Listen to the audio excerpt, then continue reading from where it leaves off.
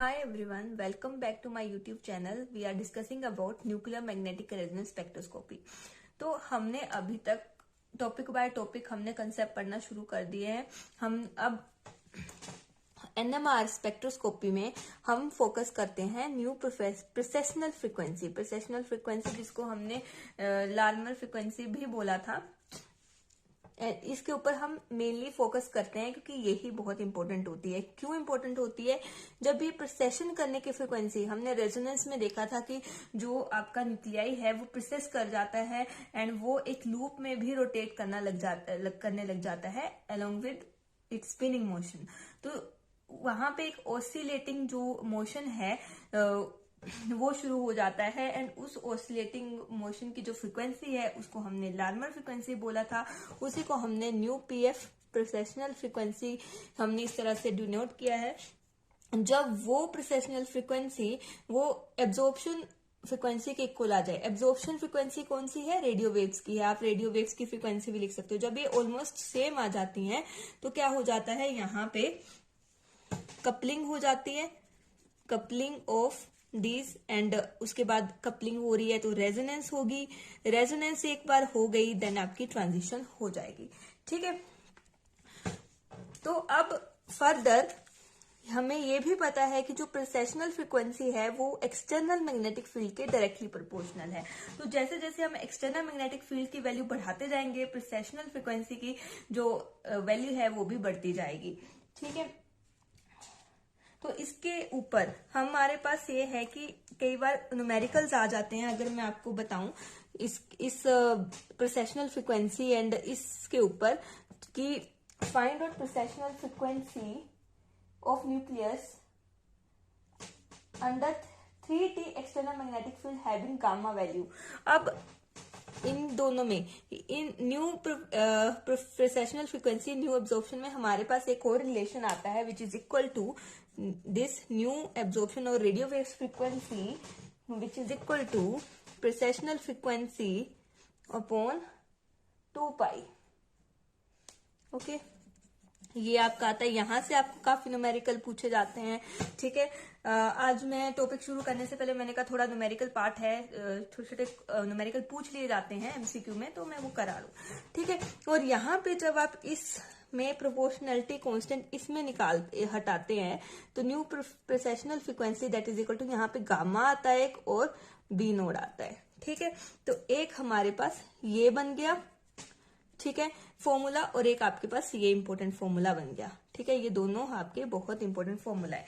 अब क्वेश्चन में आपको बता दूं कि यू हैव गिवन, आपने अगर क्वेश्चन में बताऊं कि आपको न्यू प्रोसेशनल फ्रीक्वेंसी जो है वो निकालनी है। ठीक है, एंड आपको वी नोट दिया हुआ है 3 टेस्ला एंड गामा वैल्यू भी दी हुई है 10.5 मेगा हर्ट्ज 3 वर्ष।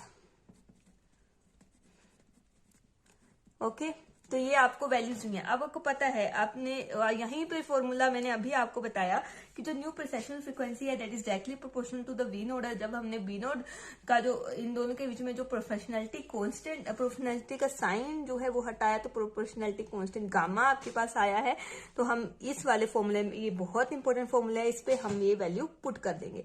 ठीक है, तो न्यू प्रोसेशनल फ्रीक्वेंसी हमने निकालनी है, गामा की वैल्यू जस्ट हमें दी हुई है। आप साथ में यूनिट्स को लेके चले तो काफी अच्छा हो जाएगा। टेस्ला इनवर्स हो गया यहाँ तो टी कैंसिल हो गया तो मेगा हर्ट्ज में वैल्यू आएगी।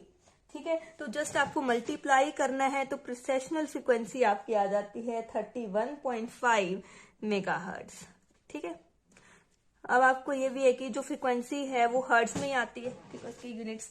ठीक है, तो इस तरह के छोटे छोटे आपको न्यूमेरिकल्स दिए हो सकते हैं, पेपर में आ सकते हैं। अब हमारा जो नेक्स्ट टॉपिक है, बस आपने ये जो दो आपके फॉर्मूलाज हैं, रिलेशंस हैं, उनको आपने दिमाग में रखना है। तो अब हमारा जो नेक्स्ट टॉपिक है वो है shielding of magnetic nuclei. Okay, magnetic nuclei की हमने क्या करनी है? शील्डिंग करनी है। अब ये कंसेप्ट हमने पढ़ना है।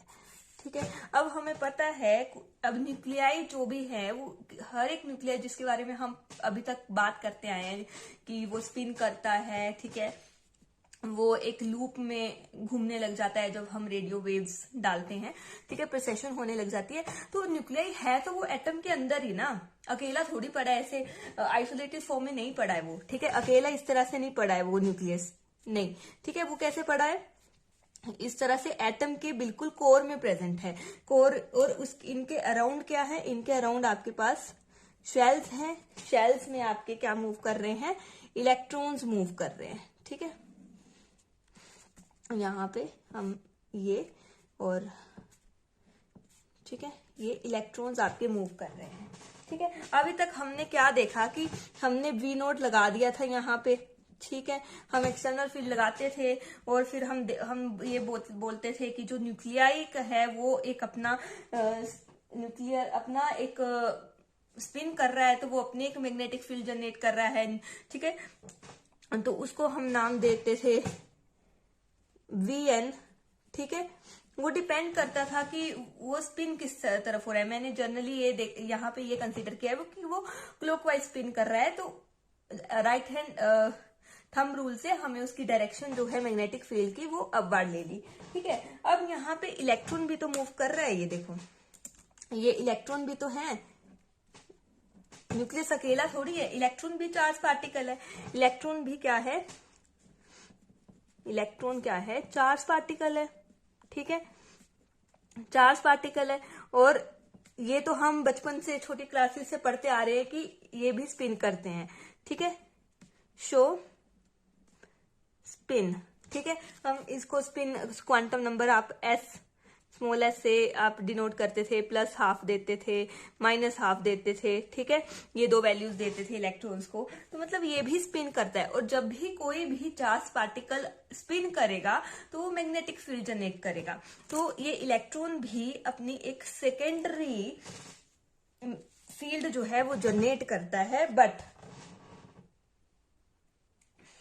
ये क्या होगा, ये जो हमने इसको बीई नाम दे दिया, ये इस तरह से ऑपोजिट जनरेट होगी कि इलेक्ट्रॉन भी मैग्नेटिक फील्ड जनरेट करता है, पर इसकी मैग्नेटिक फील्ड आने वाली मैग्नेटिक फील्ड से, मतलब एक्सटर्नल मैग्नेटिक फील्ड से अपोज करती है, ठीक है, ध्यान में रखना, ठीक है। ये डायग्राम देखो, अगर मैं इसको अलग से बता दूं, ठीक है, कि ये बीई है, दैट इज इलेक्ट्रॉन की सेकेंडरी मैग्नेटिक फील्ड, इलेक्ट्रॉन की मैग्नेटिक फील्ड जो इलेक्ट्रॉन जनरेट कर रहा है। तो देखो ये बी नोड क्या था, ये एक्सटर्नल मैग्नेटिक फील्ड थी, ठीक है, एक्सटर्नल मैग्नेटिक फील्ड जो आपने मैग्नेट्स के थ्रू लगाई है, ठीक है। और ये न्यूक्लियस की स्पिनिंग से न्यूक्लियस ने आपका जो है वो क्या करी है, अपनी magnetic field, nuclear magnetic field उसने बनाई है, ठीक है, क्योंकि वो चार्ज पार्टिकल है, स्पिन कर रहा है, ठीक है। जब भी कोई चार्ज पार्टिकल स्पिन करता है, घूमता है, ठीक है, तो वहां पे मैग्नेटिक फील्ड जनरेट होती है, ठीक है।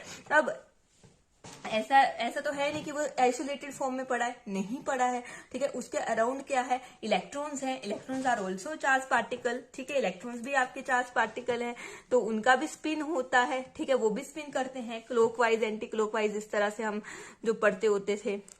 सबसे पहले हमें इलेक्ट्रॉन्स ही पढ़ाए जाते थे, हम 9-10 से, आजकल तो पीछे से भी पढ़ा रहे हैं, लोअर क्लासेस से भी, 9-10 से तो प्रॉपरली हम इलेक्ट्रॉन्स की कहानी को पढ़ते हैं, ठीक है, कि स्पिन होता है और इसमें प्लस घूमता ये क्लॉकवाइज एंटी क्लॉकवाइज, ठीक है।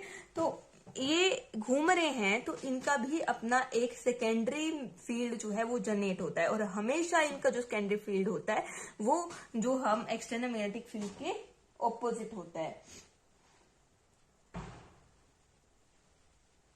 तो अब क्या होगा, अब यहाँ न्यूक्लियस के बाहर ये एक शील्ड का काम कर रहा है ना, कि ये इलेक्ट्रॉन्स क्या कर रहे हैं, एक शील्ड का काम कर रहे हैं, दीवार का काम कर रहे हैं। क्योंकि पहले क्या हो रहा था, जितना हम वी नोड लगा रहे थे उतना बी नोड पूरा का पूरा न्यूक्लियस तक पहुंच रहा था, ठीक है। क्योंकि पहले हम क्या ले रहे थे, पहले हम आइसोलेटेड ये ले रहे थे, पहले हम आइडियल कंडीशन ले रहे थे जो नहीं होती है। रियल में क्या होता है, इलेक्ट्रॉन्स प्रेजेंट होते हैं, ठीक है। तो अब क्या है, इलेक्ट्रॉन्स प्रेजेंट हैं, पहले हम क्या ले रहे थे, हाइड्रोजन एटम में ले रहे थे, हाइड्रोजन एटम में वैसे ही एक इलेक्ट्रॉन होता है।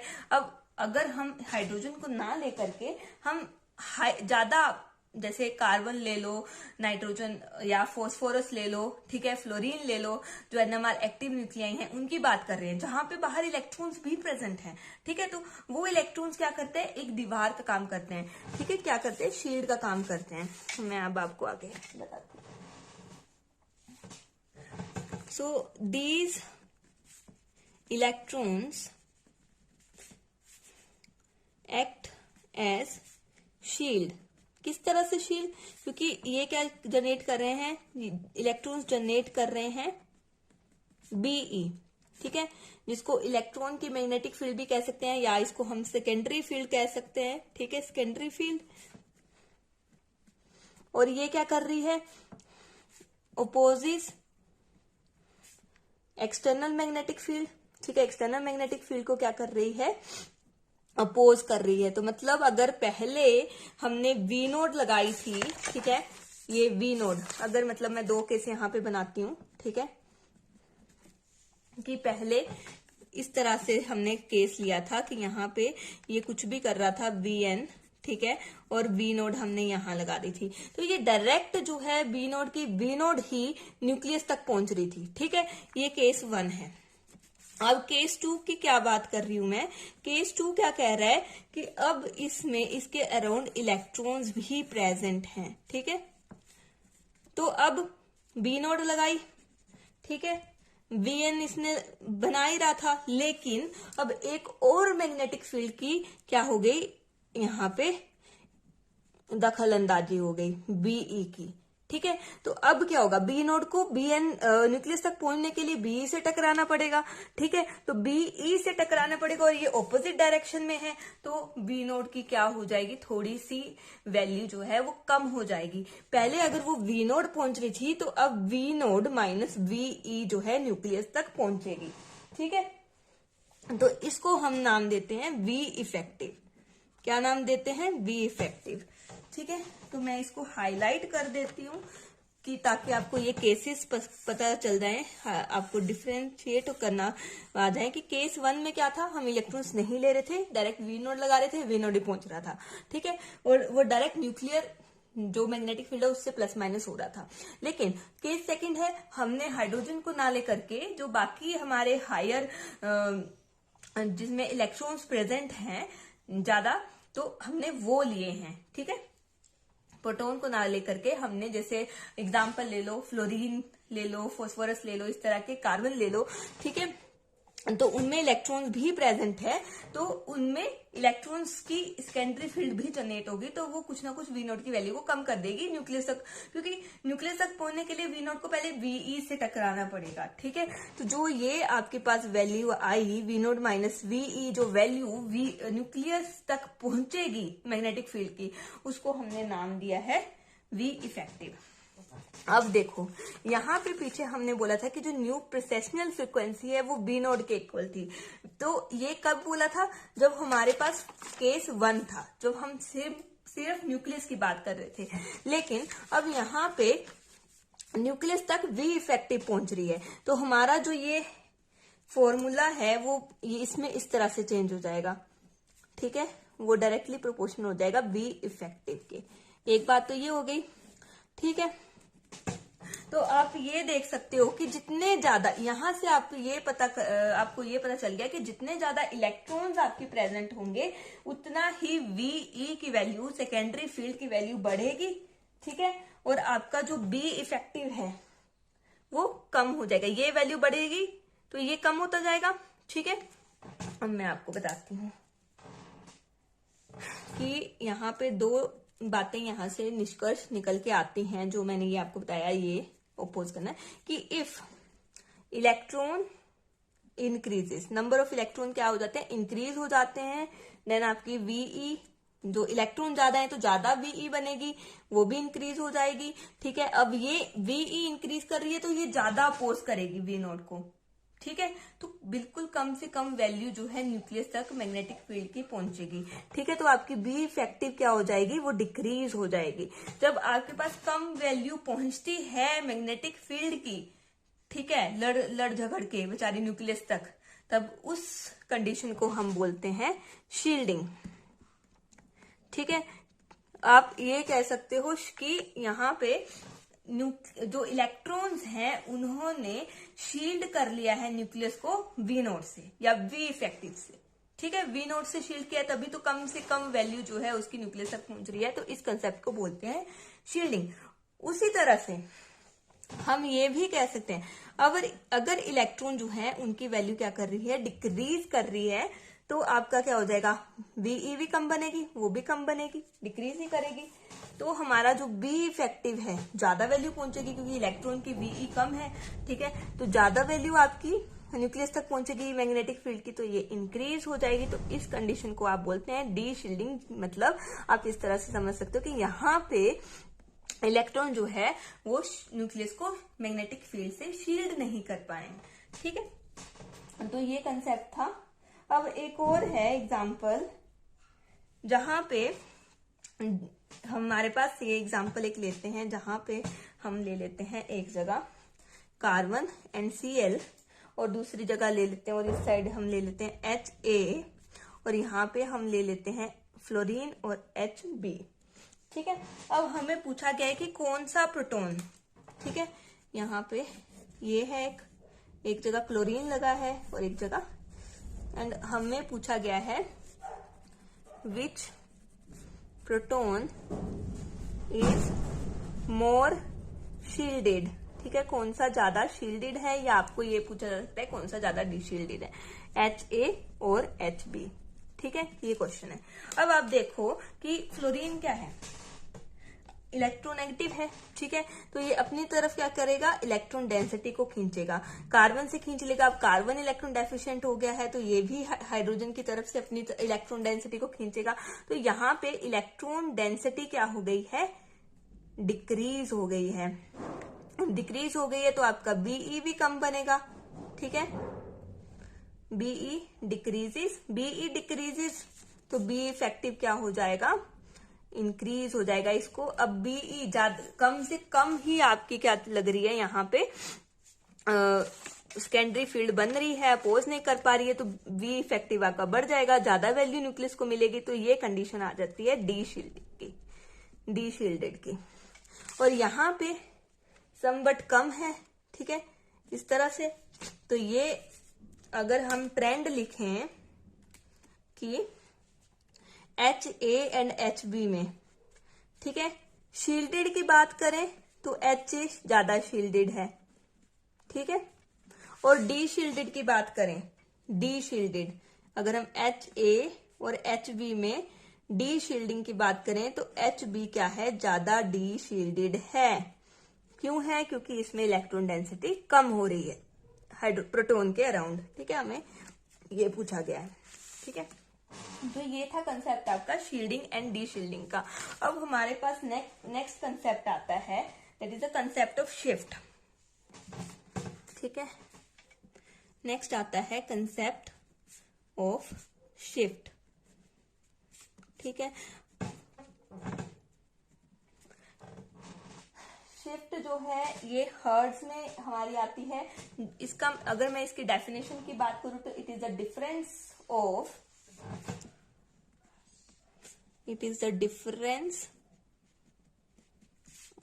लिख ही देती हूँ मैं, न्यू प्रोसेशनल फ्रीक्वेंसी किसकी, ऑफ प्रोटॉन्स अंडर ऑब्जर्वेशन, जो प्रोटॉन्स हमारे ऑब्जर्वेशन है,